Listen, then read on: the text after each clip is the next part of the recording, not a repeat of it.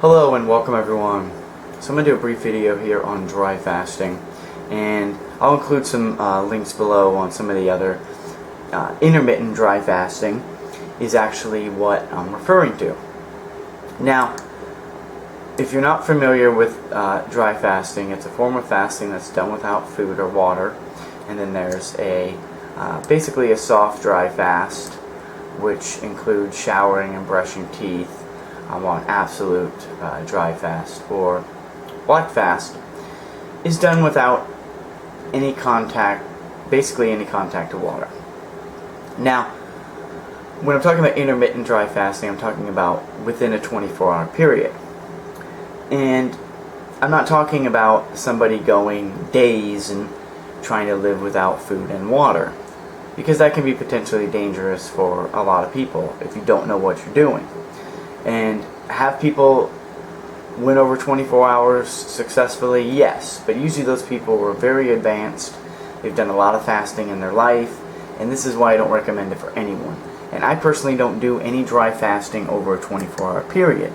Not because I can't, I just feel that I can get the benefits within a 24-hour period, going 20 hours.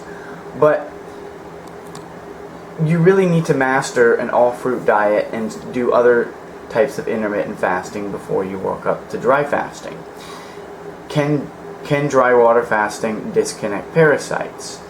And this isn't just because it's showing this on here. This is just a nice illustration to let people know that when you are doing a form of dry fasting, where let's say you go 16 hours with no food and no water, and then you're breaking your fast with some water, you just want 16 hours to let your body do what it needs to help eliminate and reduce things such as parasites. Of course, they're not going to be eliminated within 16 hours, but this is something that can be done over a period of time.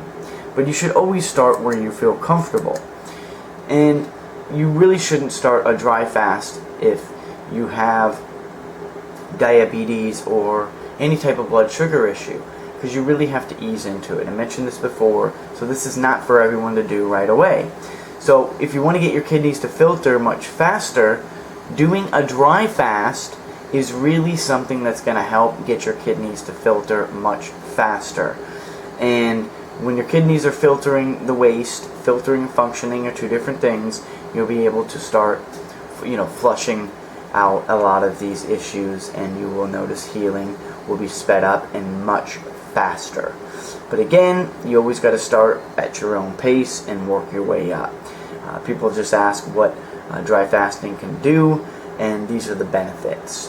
So when you're breaking also your regular fast or any fast, you drink water, breaking a dry fast, and you're going to eat some fresh living fruits, you're getting the best of both worlds. You're getting all the benefits. So that's really what's happening, and this is why it's so important and very successful for a lot of people when they're doing it properly. If you're one of those people that says, well, if dry fasting works in 24 hours, I'm just going to go 3 or 4 days. Well, I'm telling you again, do not do that. That can be extremely dangerous, and yes, people have died. And that's very easy to look up online. Are you going to die within a 24-hour period if you're easing into it and you're already mastering intermittent fasting and you're on an all-fruit diet? It's not likely to happen.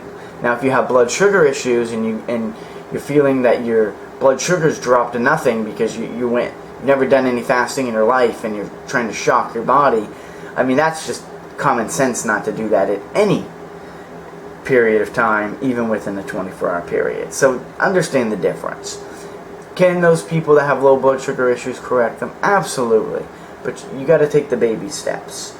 And if you're used to eating every 2 hours to put the sugar in your body, I would suggest using the fresh coconuts, not anything from a bottle, and really use those young coconuts to start sipping on water. That's going to really give you that sugar and really help to really try to rebalance the body, but it's going to take time. So just keep that in mind. And again, always work at your own pace. If you feel uncomfortable with something, or you're dry fasting, you need water, drink the water. That's the best advice I can give you. So if you're in a really warm climate and it's 100 degrees and you're trying to dry fast, that's not what I'm talking about.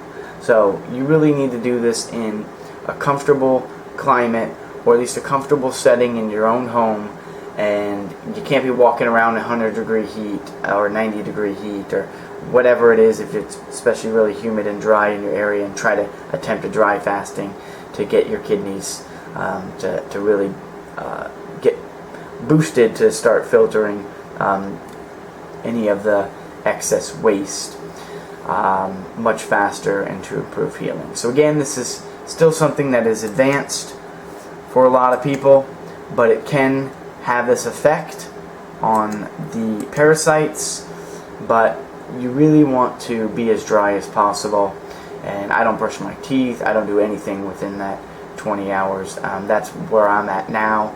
There was times where I would shower and things like that, but it's not going to really affect it. But if you want the the best, that's what I do. And I never go over 24 hours. I've went right around 24 hours before in a day, but then I hydrate with some water and fresh fruits, and you don't have to eat a lot at that point if it's really late at night because you wanted to break your your 24-hour dry fast. But again, I don't suggest trying to extend it past that, because you can still get phenomenal benefits within that 24-hour period. Thank you so much, folks. Bye-bye.